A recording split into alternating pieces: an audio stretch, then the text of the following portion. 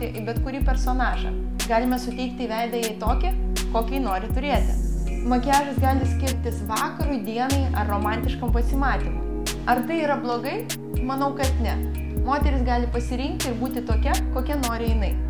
Tačiau šiandieną mes kalbėsime apie tai, kas makiaže gąsdina vyrus. Atlikau apklausą, kurioje dalyvavo 50 skirtingų vyrukų. Ir žinot, išgirdau labai įdomius atsakymus. Apie makiažą teigia, kad patinka natūralumas ir išskiria labiausiai erzinančius 5 punktus. Blakstienos, kurios kaip vėduoklė nukreipia dėmesį nuo merginos akių. Labiausiai gąsdina per pirmąjį pasimatymą antakiai. Visada vyrai teigia, kad norisi paklausti merginų, kas jums yra negerai. Kodėl anglimi išpiešti antakiai kažkodėl primena sparnus. Todėl visą vakarą nenorom akis krypsta tik į juos. Storos sluoksnis kreminės pudros ant merginų veido irgi gąsdina. Kodėl? Kai jos prisiliečia prie megztinio ar palto, lieka dėmės. Ryškios lūpos gražiai atrodo, bet ne tada, kai jas norisi pabučiuoti. Tie keisti blizgučiai yra įvairios vaivorykštės spalvos ant akių, kaip išdabinta kalėdinė eglutė. Atsakykime savo klausimą, kur aš einu, kokiu tikslu ir kokiu paros metu. Galbūt ir šis makiažas tiks kai kurioms progoms. Klausimas, ar atitinka jūsų motyvaciją ir lūkesčius.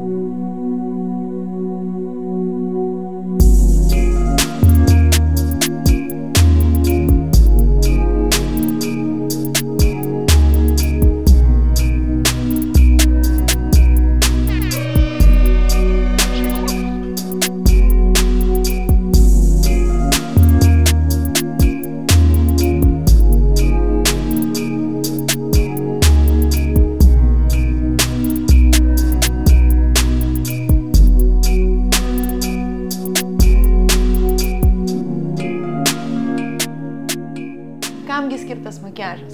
Paryškinti moters privalumus ir žinoma paslėpti trūkumus. Toks makiažas, kuris yra nematomas, tačiau jis yra. Dažniausiai vyrai apie tokį makiažą sako, natūralus grožis. Tai yra gerai, juk mes irgi galime turėti savo mažų paslapčių.